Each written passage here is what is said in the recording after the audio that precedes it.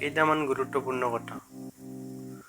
মই স্বাৰ্থপৰ বা অহংকাৰী নহয়, মাত্ৰ সেইবোৰ মানুহৰ পৰা আঁতৰি থাকোঁ যাৰ ওচৰত মোৰ কোনো মূল্য নাই। সঁচা কথা মনে মনে সহ্য কৰি থাকিলে আপুনি ভাল, কিন্তু সন্মুখত চিধা চিধিকৈ কৈ দিলে আপোনাৰ সমান বেয়া কোনোৱে নাই। কষ্টৰ পৰিমাণ যেতিয়া বাঢ়ি যায়, তেতিয়া মানুহে কান্দিব এৰি মনে মনে থাকিবলৈ শিকি যায়।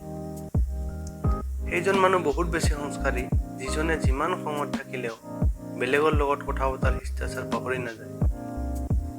সৎ পথত চলিলে হয়তো কষ্ট হ'ব, কিন্তু জয় এদিন তোমাৰেই হ'ব।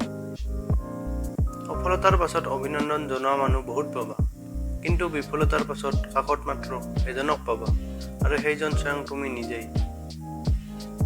যিটো বস্তু পাবলৈ তুমি অধৈৰ্য হৈ পৰিবা, সেইটো বস্তু নাপাবও পাৰা, কিন্তু যিটো পাবলৈ তুমি ধৈৰ্য ধৰিবা, সেইটো বস্তু নিশ্চয় পাবা।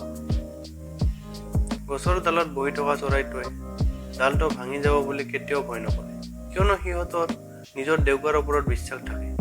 সেয়ে সদায় নিজৰ ওপৰত বিশ্বাস ৰাখিবা। মানসিক শান্তিয়ে পৃথিৱীৰ সকলোতকৈ ডাঙৰ সুখ। বেলিটো অকলশৰীয়া, কিন্তু সদায় পোহৰ দি থাকে। ঠিক সেইদৰে আপোনাৰ কাষত কোনোবা থাকক বা নাথাকক, সদায় নিজকে সুখী ৰাখক আৰু হাঁহি থাকক। ধন্যবাদ।